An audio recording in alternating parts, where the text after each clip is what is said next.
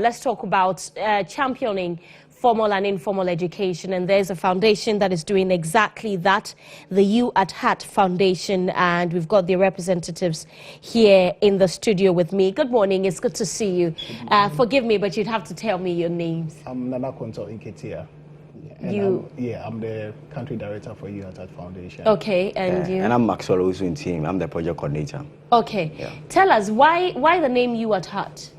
Well, we believe there are a lot of people out there who need help, and they are more like being ignored by society. Okay. So we believe that we have these people at heart, and we are supposed to share with them good things in the world. That's why we chose the name You at Heart Foundation, because we have them at heart here. Okay. How long has it been around for? From 2015, but we've been doing projects for so long. But then when we realized that, okay, there is a need that we need to a gap that we need to fill in terms of need provision. So we decided to make it official from 2015. And afterwards, we were able to have about 12 projects.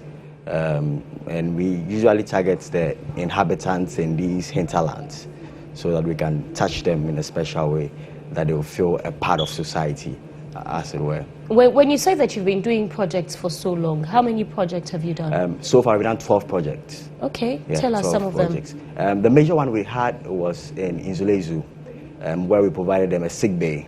We actually went there to do a donation, but then we realized that we can have our health care, we can provide them with basic amenities and all that. But then if you don't provide them a sick bay, what happens when you leave them? So we partnered with Angel and some other people and givers, and we're able to do something incredible for them, which is a monument now at the Nzulezu district. You have another project that you've done at Mergina. Yeah. First of all, how do you hear about some of these communities? Do you watch the news? Because here at GHone television, we put the spotlight on some of these deprived communities. How did you hear about them? Is it through a medium like that? First of all, when we did the sick bay for Inzulezu, they did mention Mergina, if we could extend some help to them. Okay. Thereafter, we saw the coverage on GHone TV. Oh, so right. We picked it up from here. Yeah, I wasn't wrong. Right. We picked up from here. We followed it up. We did for them a project in December. They told us that they need water, like a good drinking water. So we decided to drill for them a borehole, which was done about a month ago, and we will be commissioning it on the 27th of this month. That is this pending Saturday. Yeah. So that was how come we heard about Mergina.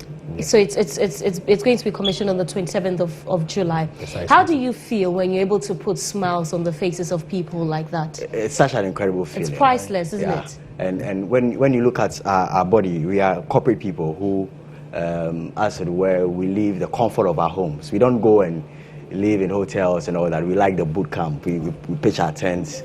We sleep in classrooms, and we want to be a part of the community, because when you go and just do the project, you leave. But then when you are part of them, you understand their struggle.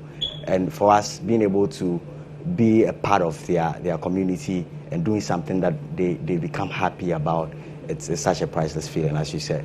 Yeah. Tell us about the You at Heart Foundation when it comes to sponsorship. Who are your sponsors, and how can we help? And especially when you have done stories, or you've helped people based on the stories that we have done. Most of the time we depend on family and friends. We also, and then all of us are gainfully employed. Others may not be employed in the group, but nobody is ever burdened. Bring whatever you have on board. Once in a while, we also receive donations from other people and then corporate bodies. We also have one major sponsor in the US called Desire to Inspire Foundation. They also partner most of our projects. But we always like to fall on corporate bodies in Ghana to come to our aid, to join us so we can execute more of said projects, because we can't do it all by ourselves. We need their support to make our projects complete. Yeah. Well done. How many are you, by the way? We have about 50 officially. Oh, but great. What we do is, sometimes when you're going to a community and you want to have the people around, you just get some people there and they end up even being part of us. Right. And because of the projects we are doing, people are quite inspired to be part of it. So we are 50 in number officially, but we have a lot of people that we 70 plus. How do I, when I say I but to be honest, I'm interested in what you do. Knowing that you sponsor all the things that you do by yourselves is great. How does one become a member? You just have to give us a call or visit our website and just be a member, because we don't have any criteria. We believe everybody and anybody can give some form of support, and we don't care about the kind of job you do, because we have taxi drivers, we have mechanics, we have like shoemakers.